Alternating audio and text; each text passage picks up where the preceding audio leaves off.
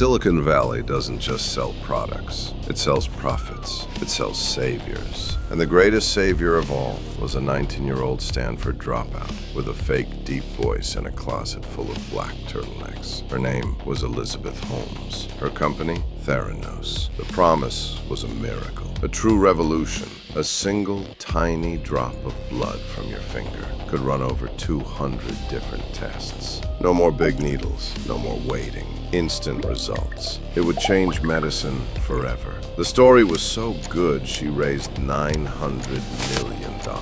Rupert Murdoch, Betsy DeVos, the Waltons, the titans of American capital lined up to give her money. She built a board that looked like a retired government. Henry Kissinger, George Shultz, William Perry, Jim Mattis, generals and secretaries of state. The one thing her board didn't have, a single person with a background in medical science or diagnostics. And why would they? They weren't investing in a product. They were investing in her, the myth. The next Steve Jobs. But here's the crime, the beautiful, terrifying crime. The box, the Edison machine, was a complete, total, magnificent fake. It never worked.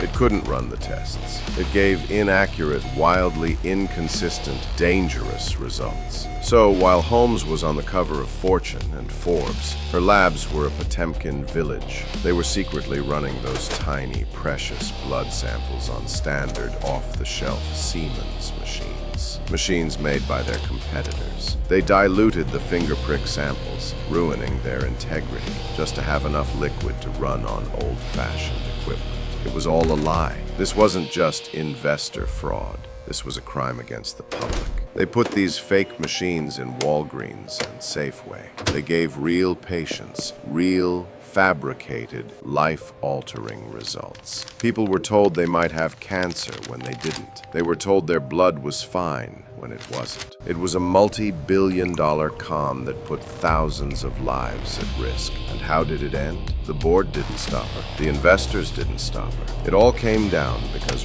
one reporter at the Wall Street Journal just wouldn't let the story go. He listened to the whistleblowers. He followed the science. The prophet was a liar. The revolution was a sham.